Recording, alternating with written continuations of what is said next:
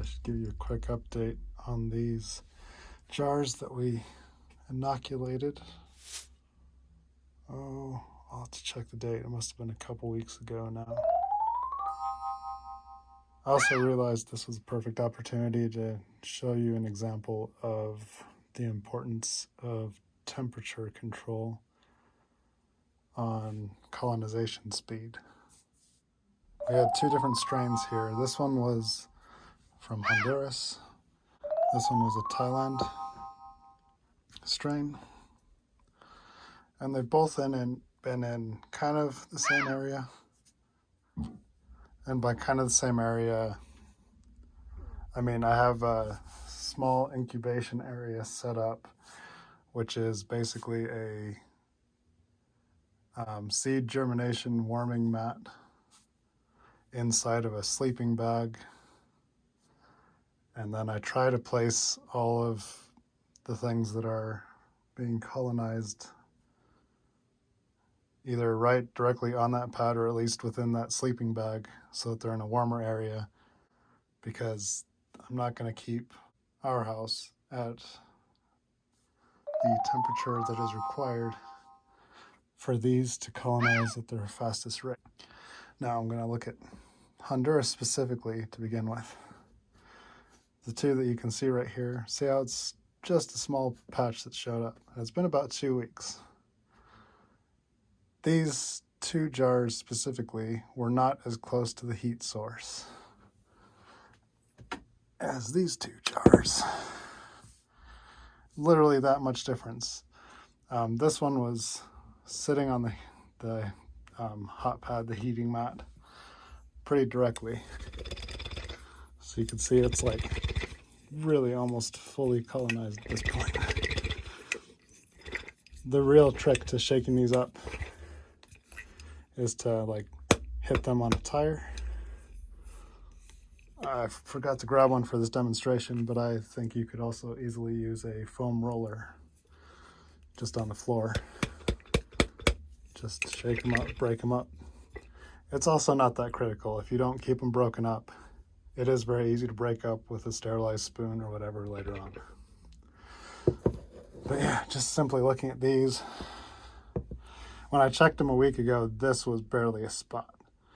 I adjusted things so that the heat was more contained, and now a week later, it's obviously growing significantly faster.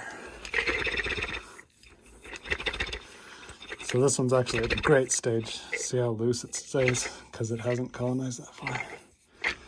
But it's a great time to shake it up. These are also slightly overfilled. If you don't fill them as much, it's easier to keep separated. This is also one that wasn't showing much, and then I moved it onto the heat mat a little more about a week ago, and it's really taken off.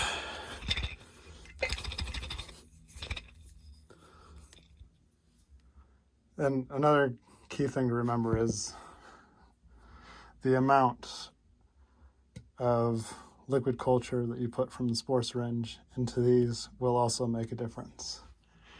If you remember, I used very, very little, the smallest amount possible, because I try to extend them and stretch them for as many grows as I can. Yeah, so these are obviously the best example of that proximity to heat source. Looking at the ones from Thailand now, some of these aren't doing too badly. These are overfilled because I ran out of jars, so really probably not going to shake. But the advantage of this jar style to this is it doesn't taper down at the neck. So even if this is in a block when it's done, it'll be like a PF Tech cake that I can just shake out, break up into whatever the next tub is going to be before we get to fruiting. So we might as well look at a couple of these. Not a whole lot going on with them. So all of these are actually sitting in one box together, all pretty far from the heat source. Also, my sleeping bag wasn't really closed all the way until recently, so these guys have also really taken off in the last week or so. Might as well shake it up and get that mixed in. And yeah, always just take a look at all of them. Make sure you're not seeing signs of contamination either. Because if you are, you want to get it away from all the others as soon as possible.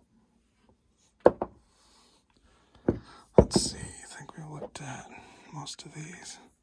But yeah, you can see some of these really is just a small spot so far. Oh, it's a little more than that. A little on the bottom too.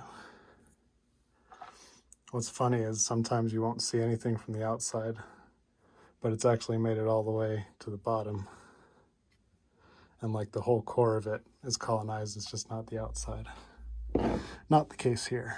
These guys are all just starting. But it's funny, once you start to see bigger patches like that, these could all be fully done in a week. Maybe not this one. See, this one's only got this small cluster. I can't quite get it to where you can even see it.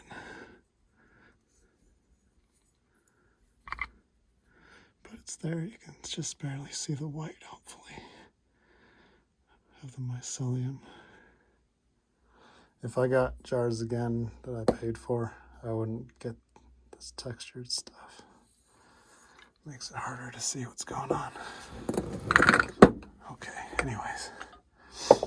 No signs of contamination, which is awesome.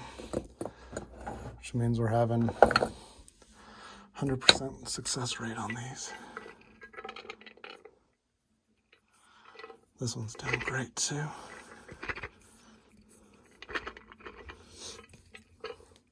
Also, as I've been removing tubs from my incubation area, it frees up space on the heating mat. Lets all these other ones get closer. Oh yeah, this one's so well dispersed everywhere in here. It's gonna spread real quick. Yeah, I might have to prepare some coconut coir vermiculite gypsum substrates in about a week or so to get these growing. Working on an idea for doing miniature grows too, for anyone that lives somewhere where they need to keep this more private. So rather than having something like a 30 to 40 quart tub, mono tub for fruiting, maybe use something more like this, just like an old cottage cheese container or something. That could be your fruiting chamber, perhaps. The trick is figuring out a clear lid for it. And also, if you're using coconut coir vermiculite gypsum for the bulk of the substrate, it is not nearly as susceptible to contamination as rye is, which makes it easier to use something like a plastic container like this right away, straight from a jar, because you don't have to sterilize the grains or have them at high temperature. So great opportunities to upcycle containers and keep growing more mushrooms. But yeah, hope you enjoyed, and definitely gonna have a lot more to share coming up. So like, subscribe, whatever makes you happy. It's all about you. Just kidding. All right.